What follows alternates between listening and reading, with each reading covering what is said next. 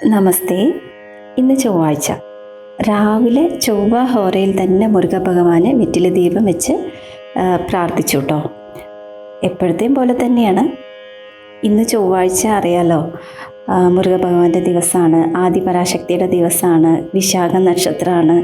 അമ്മയുടെ മോൻ്റെ അനുഗ്രഹം കിട്ടാൻ ഏറ്റവും നല്ല ദിവസമാണ് ഇന്ന് ഇവരെ പ്രാർത്ഥിച്ചു കഴിഞ്ഞാൽ നമുക്ക് എല്ലാ അനുഗ്രഹങ്ങളും ഒന്നിച്ച് തരും എന്നാണ് പറയാട്ടോ.